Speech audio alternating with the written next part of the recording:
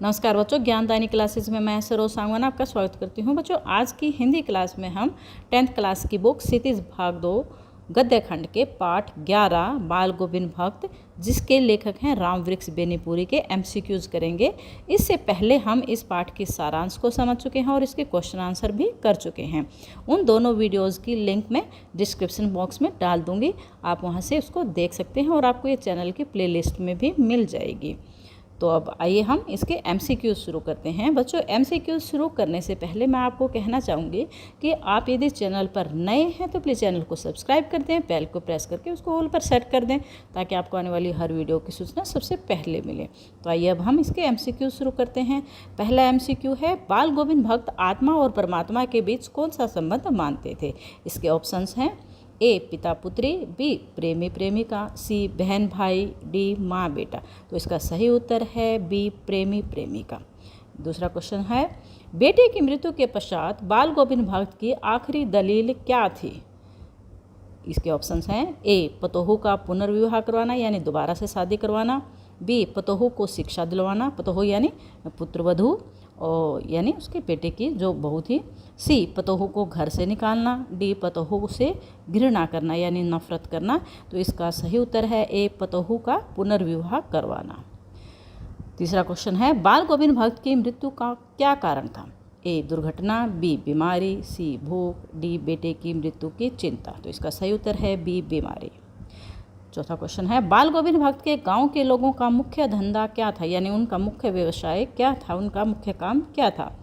ए व्यापार करना, बी पठन पाठन, सी खेती बाड़ी, डी दस्तकारी। तो इसका सही उत्तर है सी खेती बाड़ी।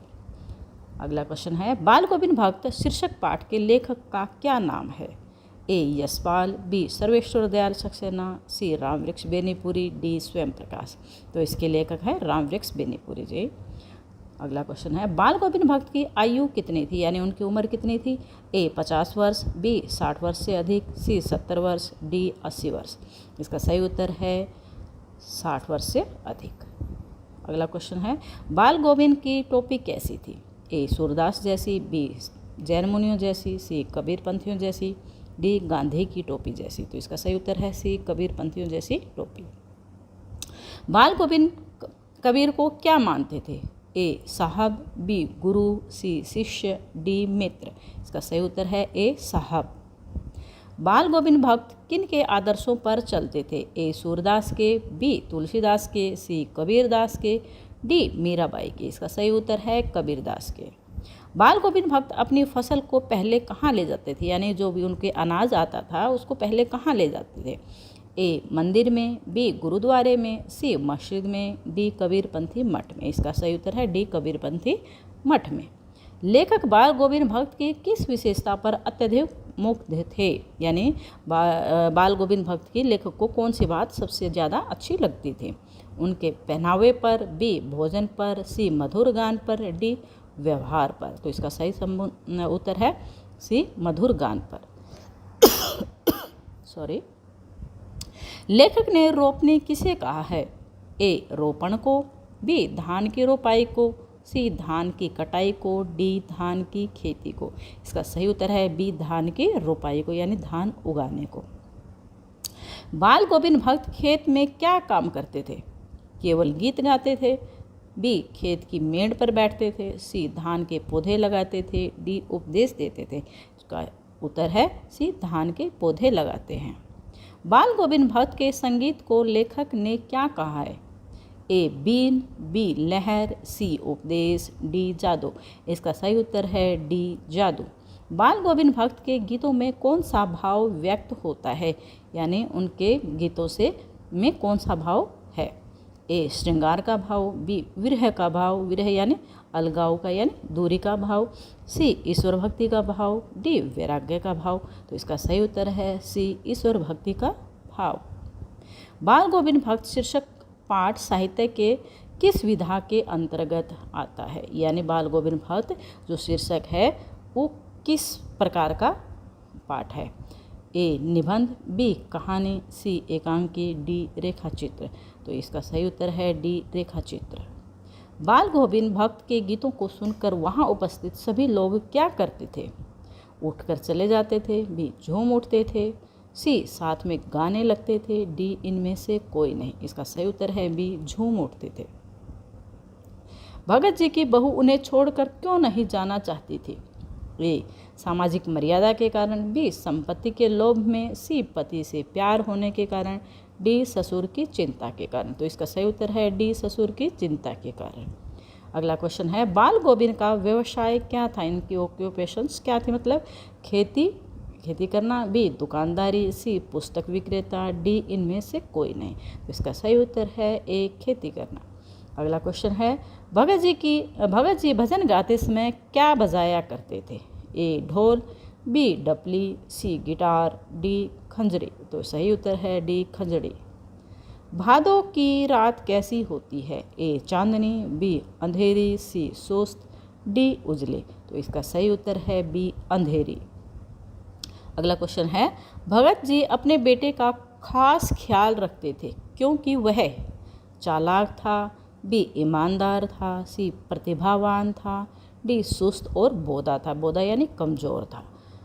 तो इसका सही उत्तर है डी सुस्त और बोधा था, यानी वो सुस्त था और कमज़ोर था।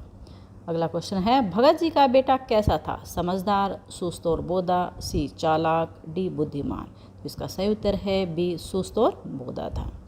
अगला क्वेश्चन है बाल गोविंद किसके पद गाया करते थे? ए रहीम के, बी सूरदास के, सी कबीर के, डी तुलसीदास के। तो इसका सही उत्तर है सी कबीर के। अगला क्वेश्चन है भगत जी के बेटे के मरने के बाद अपनी बहू की दूसरी शादी क्यों करवाना चाहते थे? ए उसके सुखद भविष्य के लिए, बी छुटकारा पाने के लिए, सी सबकी नज़र में अच्छा बनने के लिए, डी इनमें से कोई नहीं। तो इसका सही उत्तर है ए उसके सुखद भविष्य के लिए, यानी उसके अच्छे फ्यूचर के लिए उसकी दूसरी शादी करवाना चाहते थे। अगला क्वेश्चन है बाल गोविंद भक्त किसे साहब मानते थे? ए कबीर, बी साईं बाबा, सी भोलेनाथ, डी विष्णु। तो इसका सही उत्तर है ए कबीर। मूसलाधार का क्या अर्थ है? ए धीरे, बी भीषण, सी कोहरा, डी इनमें से कोई नहीं। इसका सही उत्तर है बी भीषण। अगला क्वेश्चन है बाल गोविंद भक्त की मृत्यु का क्या कारण था? ए दुर्घटना, बी बीमारी, सी भूख, डी बेटे की मृत्यु के चिंतन। इसका उत्तर है बी बीमारी। अगला क्वेश्चन है बाल गोविंद भक्त की प्रभातियाँ कब तक चलती थी? यानी जो सुबह 4-5 बजे उठकर बाल गोविंद भक्त जो भजन कीर्तन किया करते थे, गलियों में नहा धोकर निकला करते थे, वो उनकी प्रभातियाँ थी वो कब से कब तक निकला करती थी, यानी कब तक निकला करते थे? ए फागुन, बी कार्तिक, सी बैसाख, डी इनमें से कोई नहीं। तो इसका सही उत्तर है ए फागुन। वो कार्तिक में शुरू होती थी और फागुन मास तक चलती रहती थी, यानी दीपावली के आसपास शुरू होती थी और होली तक चलती रहती थी उनकी प्रभातियाँ। अगला क्वेश्चन है बाल गोविंद भक्त ने पुत्र की मृत्यु के उपरांत पतोहू को रोने के बदले क्या करने को कहा? ए शांत होने को, बी उत्सव मनाने को, सी घर से निकलने, डी भजन करने। तो इसका सही उत्तर है बी उत्सव मनाने के लिए। अगला क्वेश्चन है बाल गोविंद भक्त गंगा स्नान करने किस साधन से जाते थे? यानी जब गंगा पर स्नान करने जाते थे तो वो कैसे जाते थे? ए मोटर गाड़ी से, बी रेलगाड़ी से, सी बैलगाड़ी से, डी पैदल। तो इसका सही उत्तर है डी पैदल। अगला क्वेश्चन है बाल गोविंद भक्त के पुत्र की मृत्यु पर अंतिम संस्कार में आग किससे दिलवाई गई?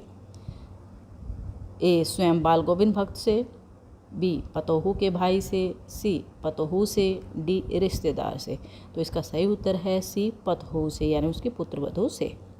अगला क्वेश्चन है बाल गोविंद भक्त के पुत्र की मृत्यु का क्या कारण था?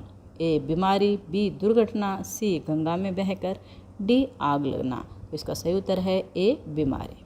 अगला क्वेश्चन है बाल गोविंद भक्त के घर से गंगा नदी कितनी कोस दूर थी? ए 10, बी 30, सी 50, डी 80। तो इसका सही उत्तर है बी 30 कोस दूर थी। अगला क्वेश्चन है बाल गोविंद भक्त के कितने बेटे थे? ए 3, बी 4, सी 2, डी 1। इसका सही उत्तर है डी 1। नेक्स्ट क्वेश्चन है बाल गोविंद भक्त कौन सा वाद्य यंत्र बजाते थे, यानी उनका इंस्ट्रूमेंट कौन सा था जो बजाते रहते थे वो? ए बांसुरी, बी तानपुरा, सी सितारा, डी खंजड़ी। तो इसका सही उत्तर है डी खंजड़ी। कार्तिक मास आने पर बाल गोविंद भक्त क्या करने लगते थे? प्रभात फेरी शुरू करने लगते थे, बी गंगा स्नान करने लगते थे, सी भजन करने लगते थे, डी सत्संग करने लगते थे। तो इसका उत्तर है ए प्रभात फेरी शुरू करने लगते थे। लेखक ने लोही किसे कहा है? ए ओढ़ने वाले कपड़े को, बी प्रातःकाल की लालिमा को, सी तारों भरी रात को, डी चांदनी रात को। इसका सही उत्तर है बी प्रातःकाल की लालिमा को। तो ये था आपका पाठ के MCQs बाल गोविंद भक्त के। आशा करती हूँ आपके लिए काफ़ी हेल्पफुल होंगे। आपको वीडियो कैसी लगी कमेंट करके मुझे बताना प्लीज़।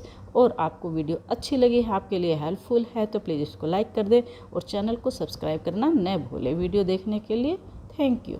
बाय।